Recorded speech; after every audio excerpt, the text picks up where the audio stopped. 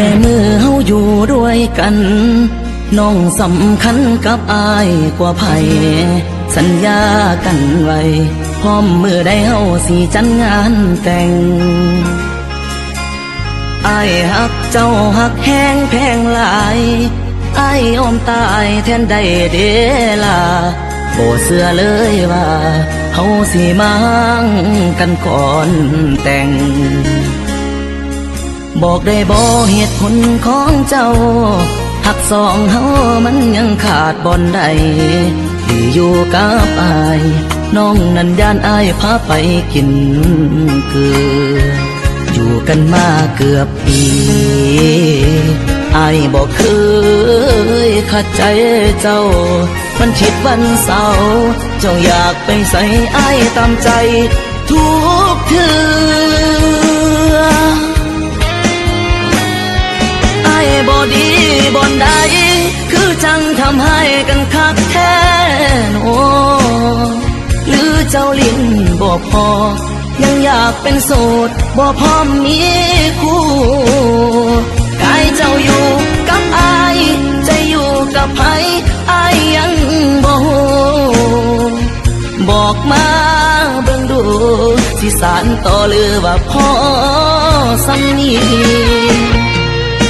อายสิโทรหาพ่อกับแม่มาซอยแก่กับสิ่งที่เป็นอยู่หากว่าเฮาบ่แม่นเนื้อคู่อายบ่ฝืนใจเจ้าต่อ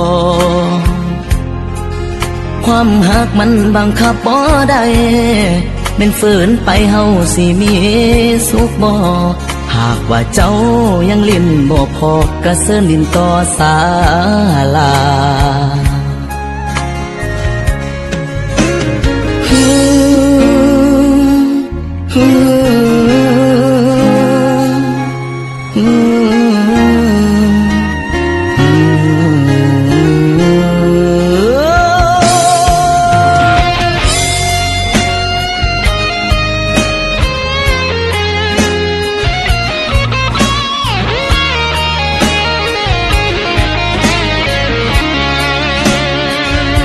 กันมาเกือบปี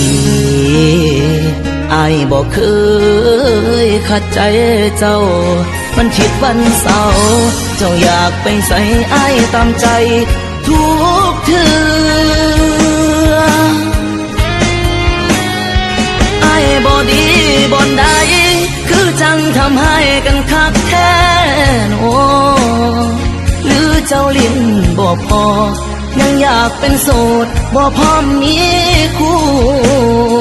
กายเจ้าอยู่กับอายใจอยู่กับไผอายยังบ่ฮู้บอกมาเบิ่งดูสิสานต่อหรือว่าพอสำนีอายสิโทรหาพ่อกับแม่มาซอยแก่กับสิ่งที่เป็นอยู่หากว่าเฮาบ่แม่นเนื้อคู่อายบ่ฝืนใจเจ้าต่อความหักมันบังคับบ่ได้เป็นฝืนไปเฮาสิมีสุขบ่